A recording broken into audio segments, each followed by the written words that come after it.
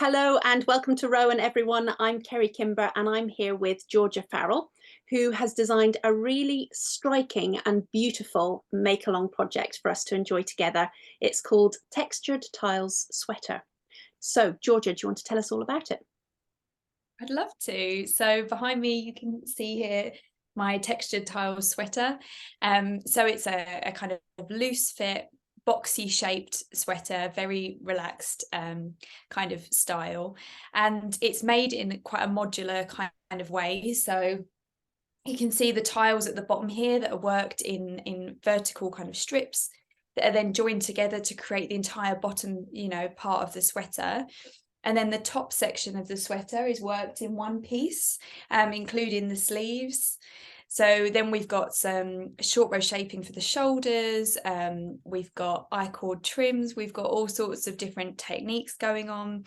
So it should be a really fun and engaging make along, hopefully, because we'll be trying out different techniques and the kind of the way the garment is made will be changing as you go through.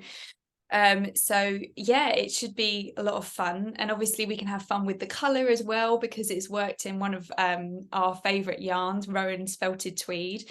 Definitely one of my favorites, but I think I can speak for everyone in saying that it's well loved.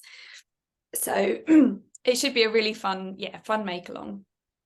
I think it is, and one of the things that I love about this is the scale of the little squares that you knit, because they're small enough that it encourages you to keep on knitting, because you think, oh, I'll just do one more, I'll just do one more. I think everybody enjoys that kind of knitting, so I think it'll be great. Yeah, I think so too.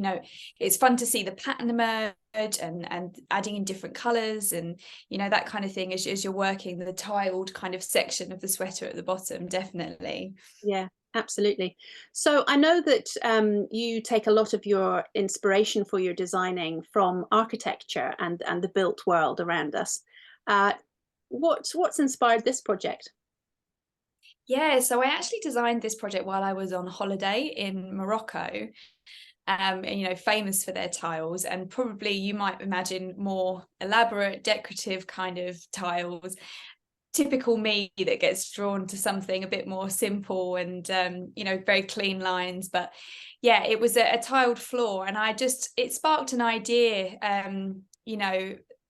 Tiles, you can use one tile and you can create lots of different patterns from it, so it's like a block that repeats, and just by changing the direction and the placement of the same tile you can create many different patterns. And I thought, well, that was an interesting idea for me. It sparked something, and so what started from just a little sketch that I made while I was out and about, then turned into me swatching by the pool. Seeing what I could come up with and how I could create something that was knittable, that was so I thought maybe I would do mitered squares or maybe I would do squares, but actually what I ended up doing was making these strips where you change color to kind of create the squares, and you use like a twisted traveling cable to create these lines of texture. And so we've got lines moving in one direction and moving in the other direction, and how just through something so simple you can create different patterns, because you can see on both of the samples here the lines are actually arranged, or the tiles are arranged differently to create a different pattern. So yeah, that was kind of like the start of it all, and yeah, designed on holiday in Morocco. That's brilliant. And so would you describe this as an advanced project or something a beginner can tackle? Who do you think is going to enjoy knitting this? I wouldn't say it was, your first sweater project, because there's a lot of different elements going on. It's not your general kind of construction for a sweater. But I also don't think you have to be an advanced knitter. There's a lot of really, we're using the basic building blocks of knitting. There's a lot of garter stitch here.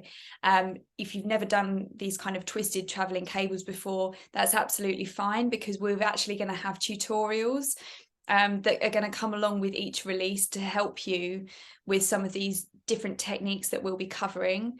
So yeah, I'd say, you know, as long as you've got the basics of knitting down and maybe you've made your first sweater before, I think you would be good to give it a go with the tutorials to help you. But equally, I hope that the construction is something different, the kind of the ways you can get involved in choosing your own color and choosing your own layout of the tiles and the pattern. Hopefully it will be a really interesting project for all sorts of knitters. Yeah, I think that's right. And so tell me about the fit of this. So what sort of shape is this when you put it on? So it's a really boxy kind of shape due to the construction with these strips of tiles that you've got at the bottom. They fit really nicely into just a straight rectangle. So we didn't want to interfere with any of the pattern of the tiles. So I went for a really boxy kind of shape. But then by having a plain top section, we don't need to let any of the shaping for the shoulders and the sleeves interfere with the pattern of the tiles. So it's supposed to have like a loose fit, oversized kind of fit. If you look at the sizing when you've signed up, you'll notice that it looks a bit different to the normal Rowan sizing, and that's because we've had to, because of the construction, the sizing is kind of banded, so it's broader. So there'll be less sizes, but they'll still cover the entire size range that you would normally expect Rowan to cover. And I do love the colorways. That bright orange really pops, doesn't it? Really sings out. How did you choose those colors? What was your thinking behind that? Yeah, so as I said, I designed this piece while I was on holiday, and so before I went, I knew I needed to do some work while I was away, and it was a really kind of actually quite quick instinctual. I was looking through my stash of felted tweed. I knew it was going to be felted tweed I wanted to use for this particular design.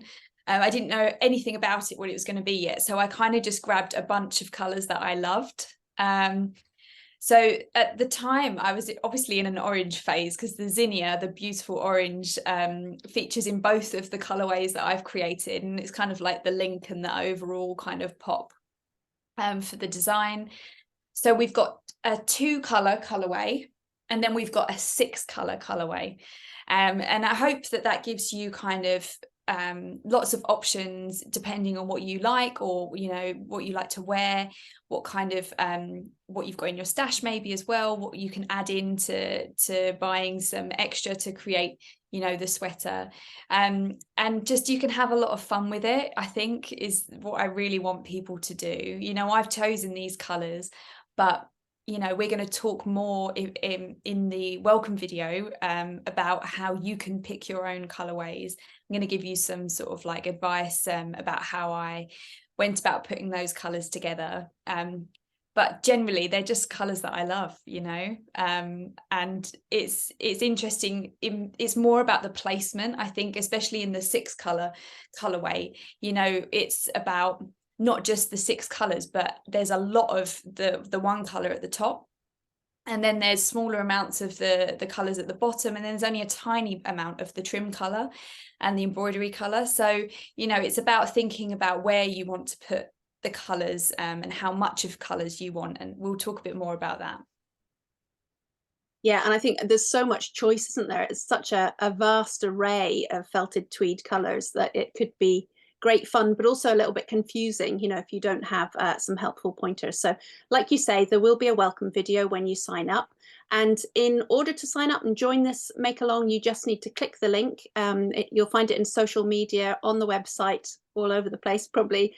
You just need to enter your email address and a password. And then you will get access into rowanconnect.net.